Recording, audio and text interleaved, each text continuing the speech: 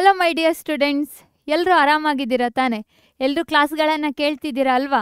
ಅದೇ ಥರ C E ಟಿನೂ important. C E T class ಅಂತ ಹೇಳ್ಬಿಟ್ಟು ನೆಗ್ಲೆಕ್ಟ್ ಮಾಡಬೇಡಿ. ಅದೇನಾಗುತ್ತೆ ಅಂತಂದರೆ ಡೇ ಬೈ ಡೇ ಕ್ಲಾಸ್ಗಳನ್ನು ನೋಡಿ ಅದಕ್ಕೊಂದು ನೋಟ್ಸ್ ಪ್ರಿಪೇರ್ ಮಾಡಿ ಇಟ್ಕೊಳ್ಳಿ. ಆವಾಗ ಎಕ್ಸಾಮ್ ಟೈಮ್ ಬಂದಾಗ ಹೆಲ್ಪ್ ಆಗುತ್ತೆ. ಅದೇ ಬಿಟ್ಟು ನೀವು ಇವತ್ತು ಓದ್ತೀನಿ, ಇಲ್ಲ ನಾಳೆ ಓದ್ತೀನಿ ಅಂತ ಮುಂದೂಡ್ತಾ ಬಂದ ಹಾಗೆ ಅದು ಯಾವಾಗಾಗಿರುತ್ತಂದರೆ ಆ ನಾಳೆ ಅನ್ನೋದು ನಿಮ್ಮ ಎಕ್ಸಾಮ್ಗಿಂತ ಮೊದಲಿನ ದಿನ ಆಗಿರುತ್ತೆ. ಅದಕ್ಕೋಸ್ಕರ ಅಂಥ ತಪ್ಪನ್ನು ಮಾಡಬೇಡಿ. ಸಿ ಇ ಟಿ ಕ್ಲಾಸಸ್ ಆಗಿರಬಹುದು, regular one shot videos, daily ಕ್ಲಾಸಸ್ಗಳನ್ನಾಗಿರ್ಬಹುದು, ಡೈಲಿ ಫಾಲೋ ಮಾಡಿ. ಆವಾಗ ನಿಮ್ಗೇನಾಗುತ್ತೆ, ಬರ್ಡನ್ ಕಡಿಮೆ ಆಗುತ್ತೆ. ಎಕ್ಸಾಮ್ ಟೈಮಲ್ಲಿ ಸ್ಟ್ರೆಸ್ ತೊಗೊಳ್ಳೋದು ಸ್ವಲ್ಪ ಕಡಿಮೆ ಆಗುತ್ತೆ. ಅದಕ್ಕೋಸ್ಕರ ಹೇಳ್ತಿರೋವಂಥದ್ದು. ನಾವು ಇವತ್ತು ಯಾವ ಟಾಪಿಕನ್ನು ಸ್ಟಡಿ ಮಾಡುವ ಅಂತ ಅಂದರೆ ಬೈನೋಮಿಯಲ್ ಥಿಯರಮ್. ಇದರಲ್ಲಿರುವಂತಹ KCET ಪ್ರೀವಿಯಸ್ ಇಯರ್ ಕ್ವಶನ್ಸನ್ನು ಸಾಲ್ವ್ ಮಾಡುವ. ಇದರಲ್ಲಿ ಏನು ಟಾಪಿಕ್ಸ್ ಬಂದಿದೆ, ಏನೆಲ್ಲ ಇದೆ ಅನ್ನೋದನ್ನು ನಾವು ಬ್ರೀಫಾಗಿ ನೋಡುವ. ಈ ಚಾಪ್ಟರಿಂದ 1 ಮಾರ್ಕ್ಸಿಗೆ ಕ್ವಶನ್ಸ್ ಬರುತ್ತೆ.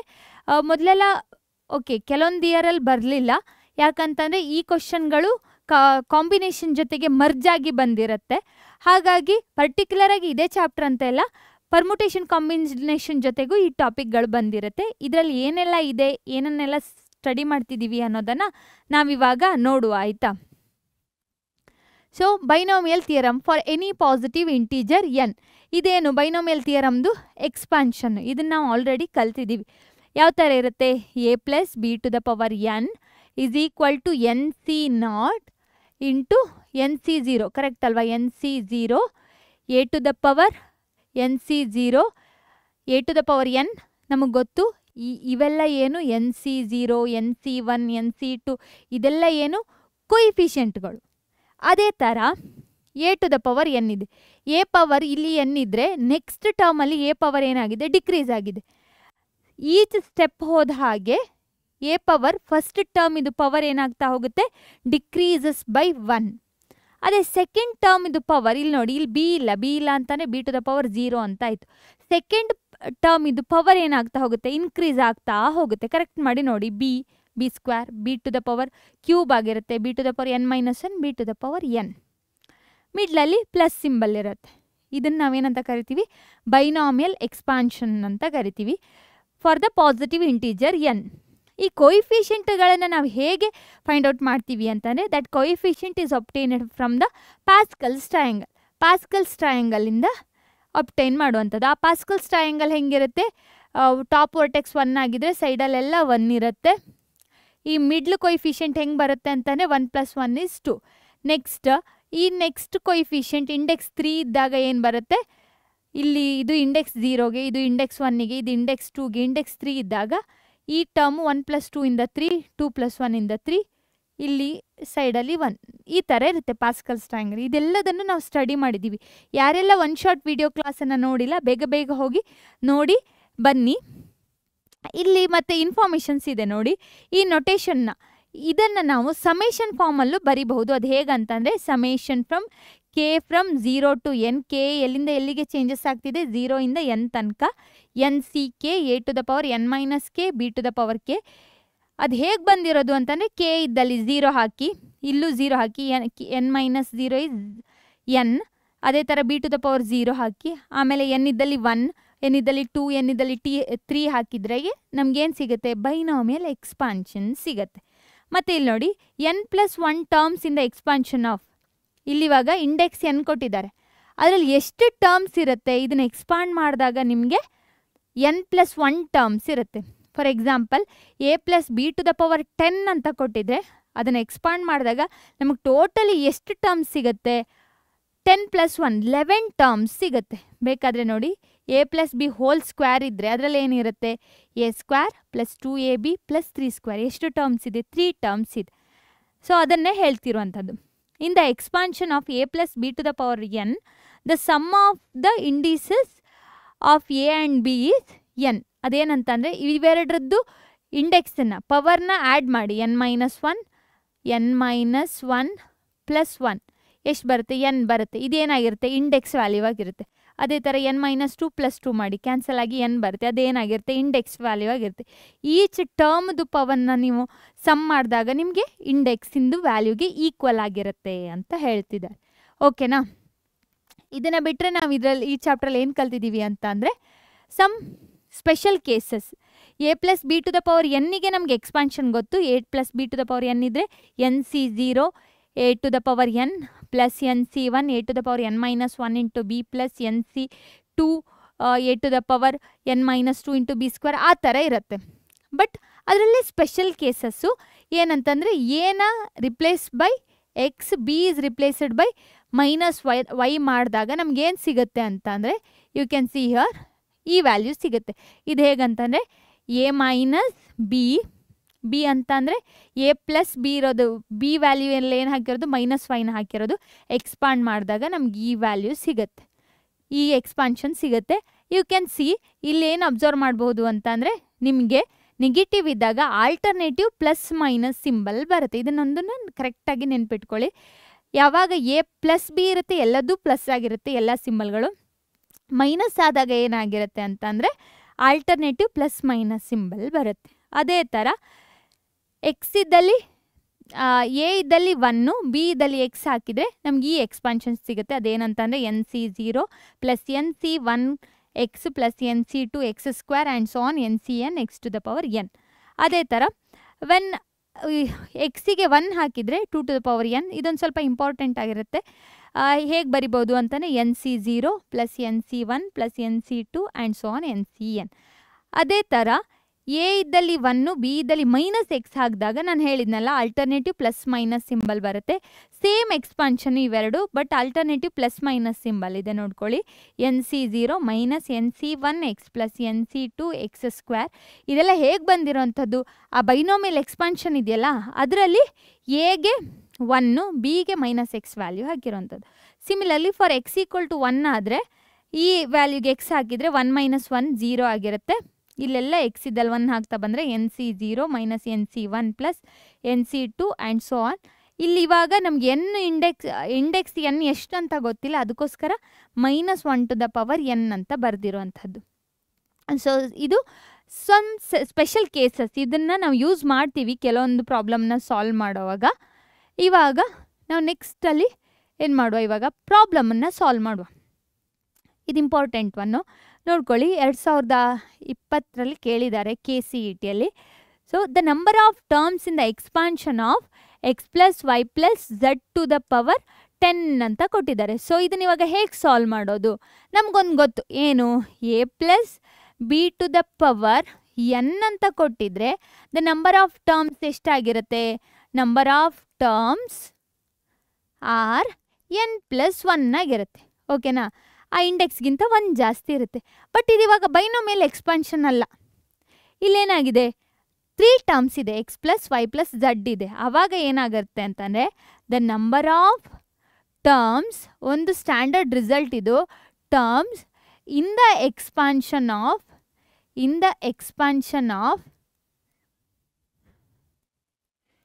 ಯಾವ ಥರ ಇದ್ರೆ ಅಂತ ಅಂದರೆ ಇಲ್ಲಿ ನೋಡಿ, x1 plus x2 plus x3 and so on till ಎಲ್ಲಿ ತನಕ plus x to the power r. ಎಷ್ಟು ಟರ್ಮ್ಸ್ ಇದೆ, ಎಷ್ಟು ವೇರಿಯೇಬಲ್ಸ್ ಇದೆ ಇಲ್ಲಿ, ಆರ್ ವೇರಿಯೇಬಲ್ಸ್ ಇದೆ, to the power n, index N ಇದ್ದಾಗ ನಂಬರ್ ಆಫ್ ಟರ್ಮ್ಸನ್ನು ಹೇಗೆ ಫೈಂಡ್ ಔಟ್ ಮಾಡೋದು ಅಂತಂದರೆ there is one standard result, n plus r ಎಷ್ಟು ಟರ್ಮ್ಸ್ ಇದೆ ಇಲ್ಲಿ ಅಂತ ಹೇಳಿಬಿಟ್ಟು ಆರ್ ಪ್ಲಸ್ ಅಲ್ಲ -1, ಸೊ -1 ಸಿ ಆರ್ -1 ಇದೊಂದು ರಿಸಲ್ಟು ನಂಬರ್ ಆಫ್ ಟರ್ಮ್ಸನ್ನ ಫೈಂಡ್ ಔಟ್ ಮಾಡೋಕ್ಕೆ. ಓಕೆನಾ, ಇವಾಗ ಇದನ್ನೇ ಕಂಪೇರ್ ಮಾಡುವ.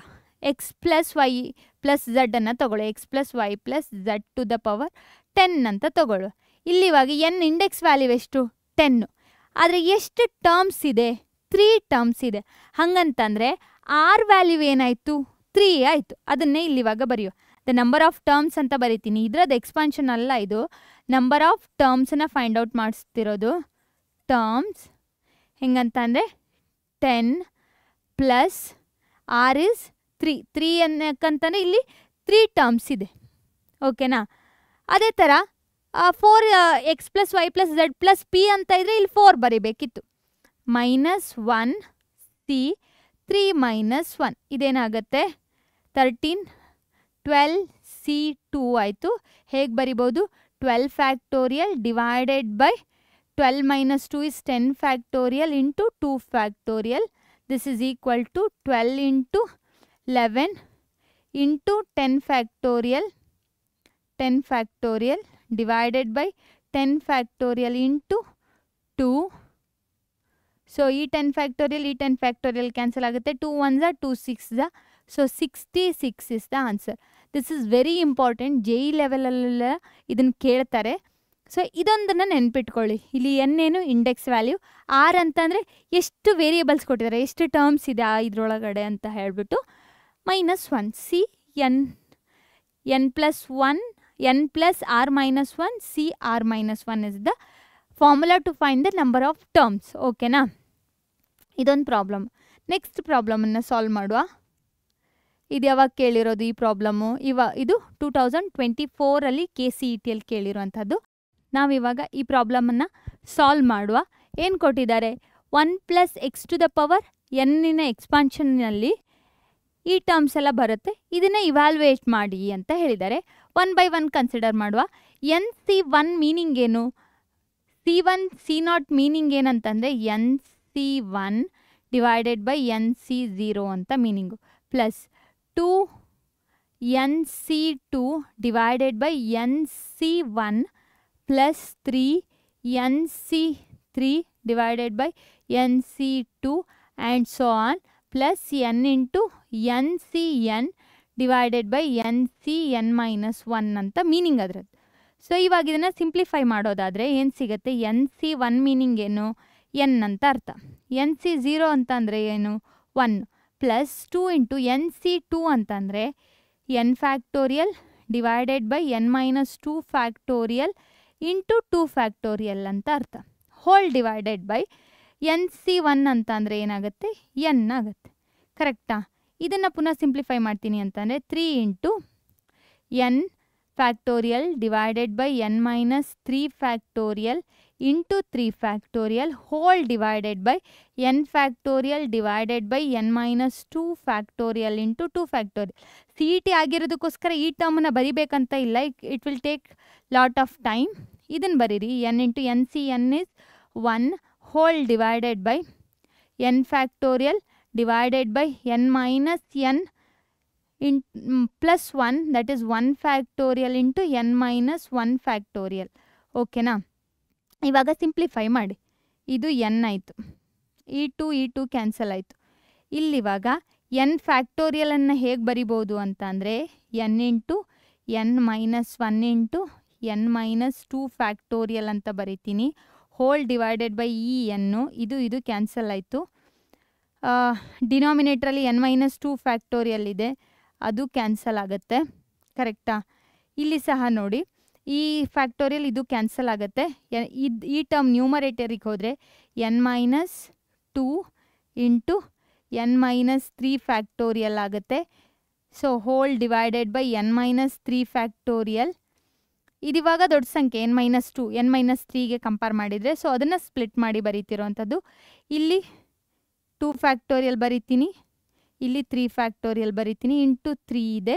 ಸೊ 2 ಫ್ಯಾಕ್ಟೋರಿಯಲ್ ಕ್ಯಾನ್ಸಲ್ ಆಗುತ್ತೆ, ಇಲ್ಲಿ 3 ಇದೆ, ಈ 3 ಕ್ಯಾನ್ಸಲ್ ಆಗುತ್ತೆ, ಇದು ಕ್ಯಾನ್ಸಲ್ ಆಗುತ್ತೆ. ಸಿಮಿಲರ್ಲಿ ಇಲ್ಲಿ ನೋಡಿದರೆ n ಇಂಟು n ಮೈನಸ್ 1 ಇದೆ, ಫ್ಯಾಕ್ಟೋರಿಯಲ್ ಇದೆ. ಈ ಎನ್ನನ್ನು ಹೇಗೆ ಬರಿಬೋದು ಅಂತಂದರೆ n into n minus 1 factorial ಅಂತ ಬರಿಬೋದು.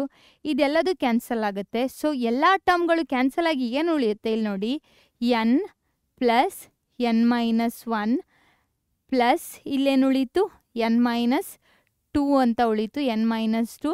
ನೀವು ಹಾಗೆ ಬರೀತಾ ಹೋದರೆ ಲಾಸ್ಟ್ ಟರ್ಮ್ ಏನಾಗಿರುತ್ತೆ, ಪ್ಲಸ್ 1 ಆಗಿರುತ್ತೆ, ಯಾಕಂದರೆ ಎಲ್ಲ ಕ್ಯಾನ್ಸಲ್ ಆಗಿ ಪ್ಲಸ್ 1.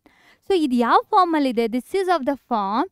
ನೀವು ಕನ್ಸಿಡರ್ ಮಾಡಿದ್ರೆ 1 ಪ್ಲಸ್ ಈ ಕಡೆ ನೆಕ್ಸ್ಟ್ 2 ಉಲ್ಟಾ ಬರಿತಾ ಇದ್ದೀನಿ, and so on, plus n minus 1 plus n minus 2 plus n ಅಂತ ಇದ್ದರೆ sum of the first n natural numbers ಥರ ಇದೆ.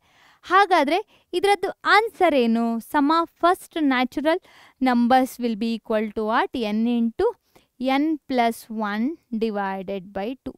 ಹಾಗಾದರೆ ಆಪ್ಷನ್ ಏನಾಗಿರುತ್ತೆ, ಎ ಆಗಿರುತ್ತೆ. So this is the answer. Easy ಇದೆ ತಾನೆ.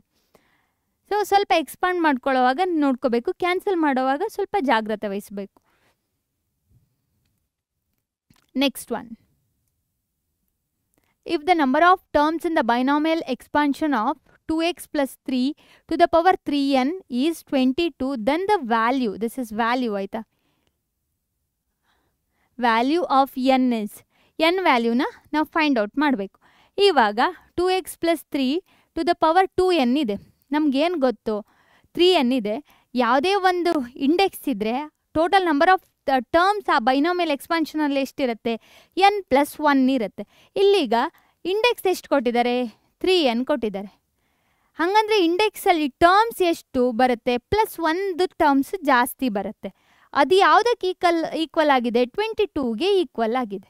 ಕರೆಕ್ಟಾ? ಹಾಗಾದರೆ n ವ್ಯಾಲ್ಯೂ ಏನಾಗುತ್ತೆ ಅದನ್ನು ಇವಾಗ ಫೈಂಡ್ ಔಟ್ ಮಾಡುವ. 22 minus 1 3n is equal to 21, n is equal to 7. Easy ಇದೆ ತಾನೆ. ಉಲ್ಟಾ ಬರಿಬೇಡಿ, 22ಗೆ ಆ್ಯಡ್ ಮಾಡಬೇಡಿ, 1ಅನ್ನು ಇಂಡೆಕ್ಸಿಗೆ 1ಅನ್ನು ಆ್ಯಡ್ ಮಾಡಿ. ಅದೇನು ಸಿಗುತ್ತೆ ನಮಗೆ, ಟೋಟಲ್ ನಂಬರ್ ಆಫ್ ಟರ್ಮ್ಸನ್ನು ಕೊಡುತ್ತೆ. ದ್ಯಾಟ್ ಈಸ್ ಈಕ್ವಲ್ ಟು 22 ಅಂತ ತೊಗೋಬೇಕು. ಈಸಿ ಇದೆ ತಾನೆ. ಸೊ ಇದೇ ಥರ ಈಸಿಯಾಗಿರುವಂತಹ ಪ್ರಾಬ್ಲಮ್ಗಳನ್ನು ಈಸಿಯೆಸ್ಟ್ ವೇಯಲ್ಲಿ ಸಾಲ್ವ್ ಮಾಡಬೇಕು ಅಂತಂದರೆ ಏನು ಮಾಡಬೇಕು, ನಮ್ಮ ಚಾನಲ್ನ ಸಬ್ಸ್ಕ್ರೈಬ್ ಮಾಡಬೇಕು. ಮರೀದೆ ಬೆಲ್ ಬಟನ್ನ ಪ್ರೆಸ್ ಮಾಡಿ, ನಿಮಗೆಲ್ಲ ನೋಟಿಫಿಕೇಷನ್ಗಳು ಬರುತ್ತೆ. ಸೊ ಯಾವುದೂ ಕ್ಲಾಸನ್ನು ಮಿಸ್ ಮಾಡದೆ ಒಂದು ಟೈಮ್ ಟೇಬಲ್ ಇಟ್ಕೊಂಡು ಚೆನ್ನಾಗಿ ಓದಿ ಒಳ್ಳೆ ಸ್ಕೋರ್ ಮಾಡಿ. ನಾಲೆಜನ್ನು ಗೇನ್ ಮಾಡೋದು ಇಂಪಾರ್ಟೆಂಟು. ನಾಲೆಜ್ಗೋಸ್ಕರ ಓದೋಕ್ಕೆ ಸ್ಟಾರ್ಟ್ ಮಾಡಿ. ಆಟೋಮೆಟಿಕಲಿ ನಿಮ್ಗೇನು ಬರುತ್ತೆ, ಮಾರ್ಕ್ಸ್ ಬಂದೇ ಬರುತ್ತೆ. We will meet in the next session. Next ಕ್ಲಾಸಲ್ಲಿ ನಾವು ಮೀಟ್ ಆಗುವ. ಅಲ್ಲಿ ತನಕನೂ ಟೇಕ್ ಕೇರ್. ಬಾಯ್.